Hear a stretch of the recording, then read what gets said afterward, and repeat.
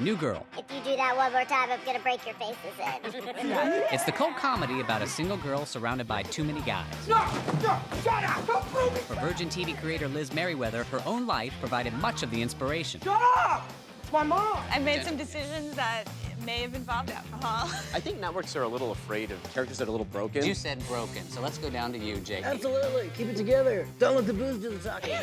But trusting a new talent was a gamble that almost didn't pay off. That table read was maybe our worst table read of all time. The entire episode was period jokes, and we were like, this is gonna kill. Yeah. Let's meet the people who turned a TV experiment into a smash success. Outrageous success, horrible mistakes, last-minute changes. Creators of today's most groundbreaking TV shows tell all in the place where it all starts, the writer's room. All right, I am joined in the writer's room with Liz Meriwether, Dave Finkel, Brett Baer, and Jake Johnson, who plays Nick. Thank you for being here, and welcome to your writer's room. It looks just like it, I'm sure. Exactly the same. Yeah, but I like that this neat. Liz has already wrote "Shut Up, Jake" on her pad. I want to thank you for being resourceful and for letting us know that your dynamic with Jake is to shut him down. She's trying to get me to feel comfortable. Yeah. Feel like I'm back at New Girl. Let's improvise. Yeah, let's do this. All right. Oh, good. Give me a suggestion. Give me any object. The suggestion is affection for Jess. Oh, okay. Go. Okay. Just pitch. All right. Okay. Take us back. This is gonna be my Lipton moment. All right. A couple years ago, you went in to pitch what became New Girl. What was that like? I mean, because it's such a nerve-wracking thing. Yeah, originally, I think Modern Family, you know, it was sort of blowing up, and I'd kind of gotten a chance to pitch a pilot, and I thought I had to do like a multi-generational family show because I was like, oh, those work, I guess. Yeah. Basically, I like kind of went into this meeting and I was like, you know, like sitting like this on the chair and So like you were muttering Jessing it to for a myself. second. Yeah. And I was like, I don't know. There's like an old woman and like a young woman and like a middle-aged woman. And, like, a young old woman. Yeah. And he was like, he kind of like paused and then like looked at me and was like, I think you should just write about your life and write about people you know, and it doesn't matter if we sell it or don't, you know, it's like just try to make something that you're proud of because 99% of television shows fail. Like, just make something good. You laid it on the table. Yeah, and I mean, he was either being like a hero or my pitch for the multi-generational show was just so bad. I gotta put a bullet in this now. That's the nicest pass I've ever heard. Yeah, it is. Write about something totally different and leave right now. Respect yourself. Oh, what a mentor. What a mentor. Yeah, And then you walk out the door and you're like, hey, he passed. when they say things like, you know, make something you're proud of in Hollywood, you know that they're passing. You're in trouble. Yeah.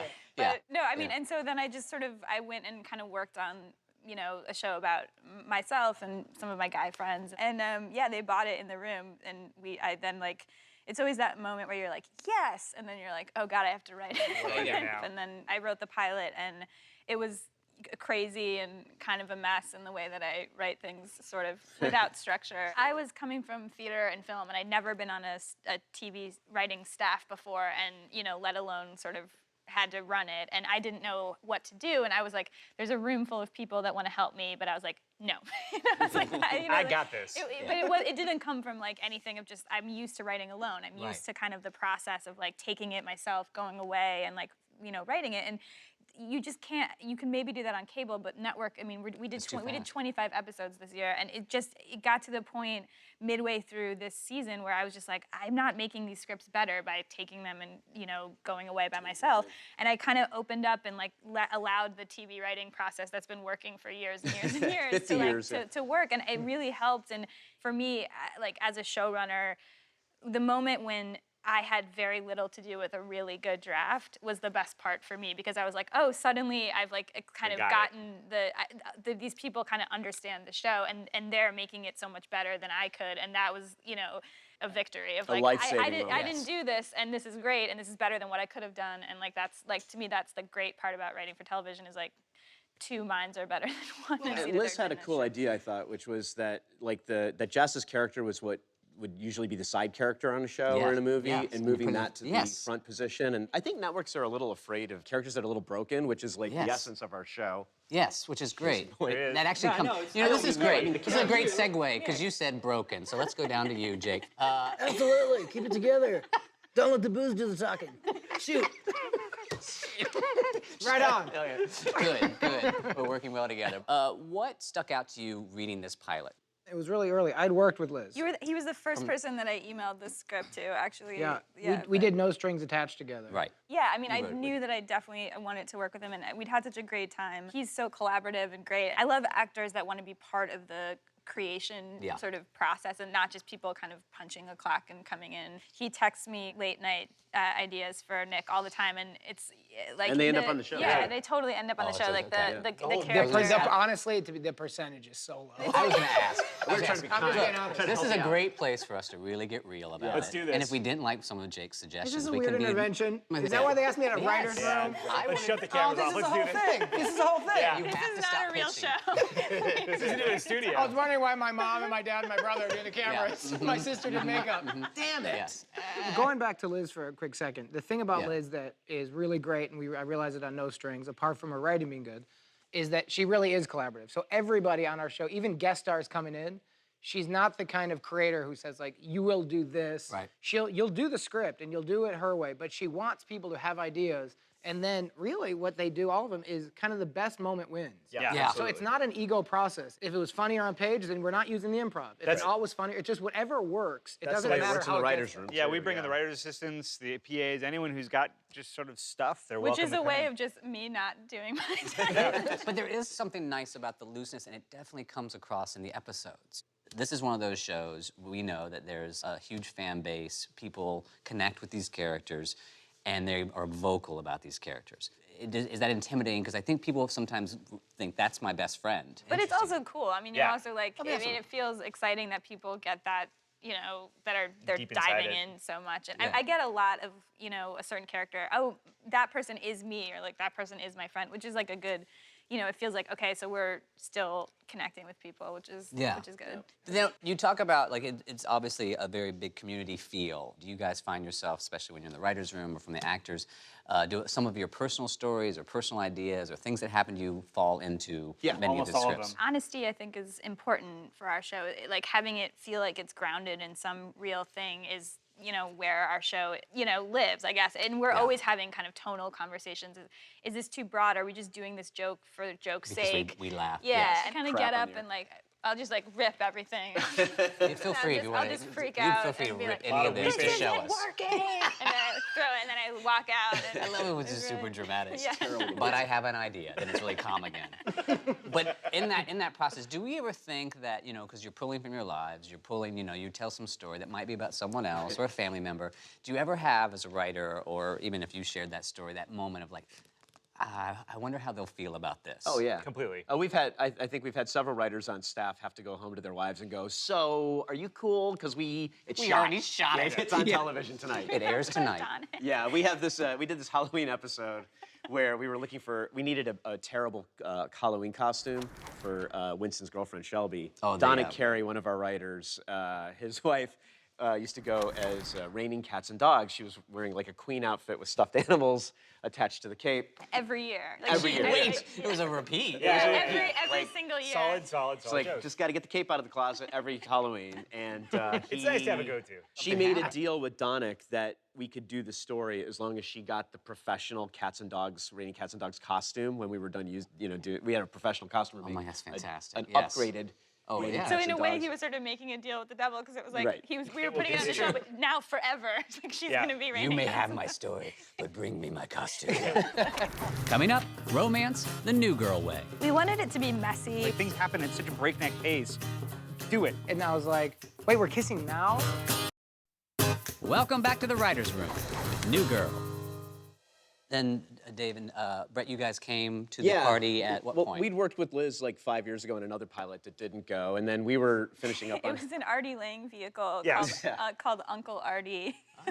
It's really funny. It Apparently, just shouldn't be shot. It went down all the way down the road, and it was between us and another show that they ended up picking up and quickly went away. And I contend that it would have been, it was a pretty solid show. We It would was- have lasted 3 episodes. Yes, as they opposed to the lasted 2. Oh, see. There was like a toothless woman offering to give a like 11-year-old boy oral sex just before.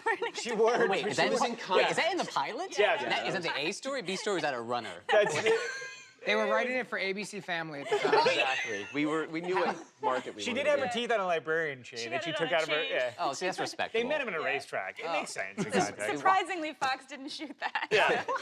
But anyway, I met them, and obviously, like we, we totally hit it off. She sent us an email sheet with the script, and she said, "You like my poop shit?" And we liked your poop shit. It was pretty good. They're gonna bleep you. Oh, not gonna. So we can't say shit. Do you like to self-deprecate your writing before you turn it in? I mean, just go. I found that really works. If you really, really lower Push the bar down to here and say, well, This is the worst thing ever, and then it's always the best. Yeah, it's not this pitch, but that kind of thing. But now, and especially because obviously we should just talk about the kiss. So what was sort of the thought behind something that clearly, if you look back, sort of started at the very beginning? To be perfectly honest, in terms of our writers, I thought they've handled the Nick Jess story so well, in that the kiss happened quickly all of a sudden. We've been building. And then we weren't planning it either. Then it was a crazy episode with Max and I are trying to, flirt with Brooklyn Decker. Yep. And I was like, wait, we're kissing now? Yeah. And even with things that happen later on this season that you'll see, things happen that will seem crazy when I'll first read them. And then when people watch, their reaction is so strong that it's handled in a way that, it's fun to be part of. We wanted it to be messy. We wanted it to feel organic. I mean, I think there's obviously a lot of will they or won't they on television, and I like it up to a certain point, but I think there's actually so much story that comes from people obviously hooking up. Because I mean, it just becomes you're opening into this whole world of conflict and comedy, and I don't think that as soon as two characters kiss, everything is over, and you know what I mean? No, I We're think two that old TV it's hacks. helped. We're like, save it for 5 years down the road, and then you realize, oh, it's a different age now. It's like things happen at such a breakneck pace. Do it and figure out the repercussions. Originally, when we broke it, Schmidt kissed Jess at the end of the episode. It's just a big comedy thing. Yeah. And that wasn't working, so when we table read, there was no kiss. And we got to this moment where the whole episode had built all this energy between these two characters, and we looked at each other, we were like, now we're lying not to do it. Yes. But there's something great about our show, when it works and things happen organically on set, we know kind of how to, that's the best stuff that we Finding get. the happy accidents. Yeah, and the melon breaking. And then it gives us stuff to build off of and gives us episodes. And I feel like going into season 3, we have this on our plate, and I don't see it as like, oh, we burned that out now. There's so many opportunities now. For Nick to mess up. And really. he probably won't. Yeah. He's gonna turn his life around. That kid's gonna make it.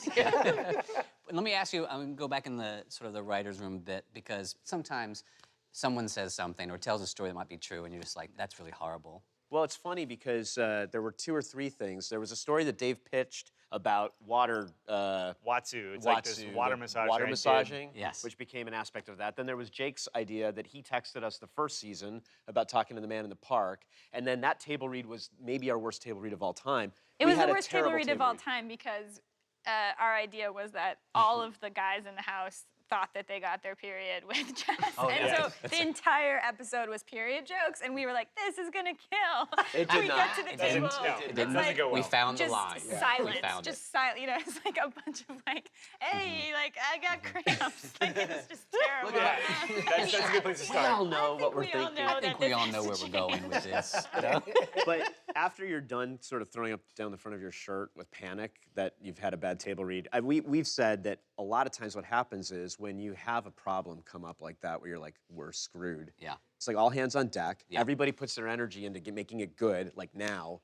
And people really pull it out, and a lot of times those end up being your funniest and your best episodes. Yes. I think, again, the symbiotic relationship between what we bring to the table and what these guys bring to the table just open it up in a whole different way that, it just feels endless, and it feels different than just an apartment show. And to give our staff credit, the truth of the matter is we have this issue on our show where when drafts come in, they don't feel, from great writers, they don't feel like the show yet. And we're always going what's wrong, what's not? And I think we figured out this year, the problem is that what we're used to seeing as the show is this combined experience of her voice, our voice, their voice. We've got these great writers, all of them working together. Everyone and on these board. guys doing their thing to it.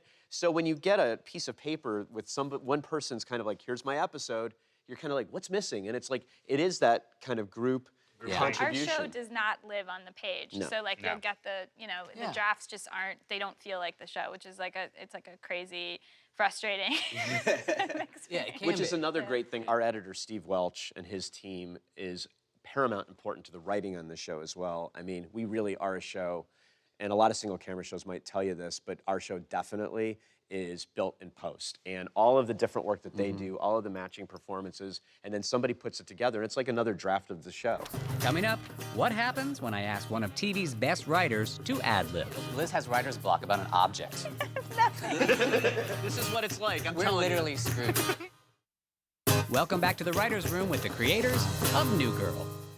I want to do one little quick thing. This is only for my enjoyment. I want us to just quickly break a Nick-centric story for season 3. Mouth party. This is gonna be huge. Mouth party. Mouth party. Mouth party. Right, that's the I think title. we'll go with Working title. Okay, Mouth working party. title. Okay, everyone write down mouth party. All right. This is So like that we match know game. the title is mouth party.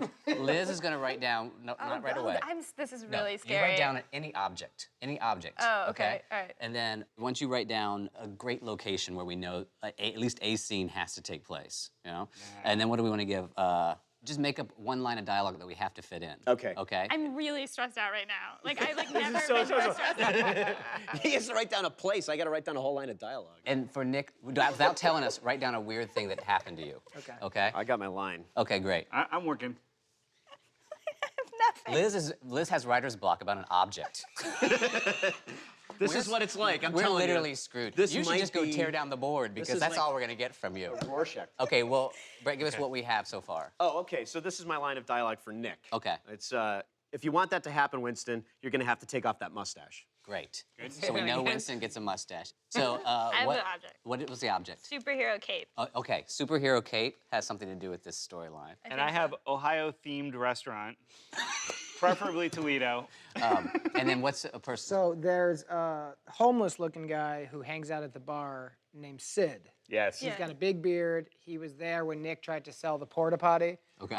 I want Nick and Sid to take karate classes together. Perfect. To stand up against bullies in the neighborhood who have been messing with Schmidt. See, that's like an actually good idea. That's a great Really idea. good. But That's you have a great idea. Tape is in. But we have to factor in the fact that you have the line. Now, I'm going to just go out on a limb. We'll start. Mouth party. Maybe that has something to do with Winston's mustache. Yes. He says, I'm growing a mouth party.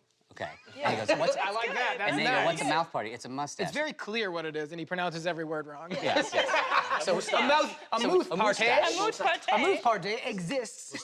So why is Winston growing that? Or maybe he's cold. Like maybe Oh, he gets he rid of has the like a cold face.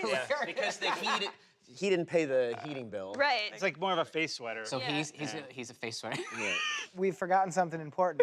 What's the new girl doing? Yeah, The right. superhero is the cape. damn- She will not okay. take off the superhero cape because Well, I feel like there might be like a cold thing. Like if there's something in the loft with like the That's the central it's freezing, story. so like the only thing that she has is like a She superhero puts- cape, and he's growing the mustache. She puts it on, she finds actually she feels more powerful when she's Embodied. wearing Yeah. it. She Yeah. likes who she becomes when she's wearing it. She actually thinks she might have a superpower. That's for sure. she starts wearing under her clothes. Yeah. You joke. Right. This is happening. This is happening. This is So totally real happening. quick, We've got and then all of a 305. sudden the third act, Full Jake, mouth as party. Nick, says to him, Hey, if you want that to happen, Winston, you're gonna have to take off that mustache. and what did he want to happen? He wants Nick to pay the bill for the That's what perfect. Yeah, because yes. he's freezing. Yeah. It's so real. It's Yeah. life. It's Yeah, life. yeah, yeah. Season 3. Yeah, Wrap. I'm gonna just say 2 words to you. Season premiere. You're welcome.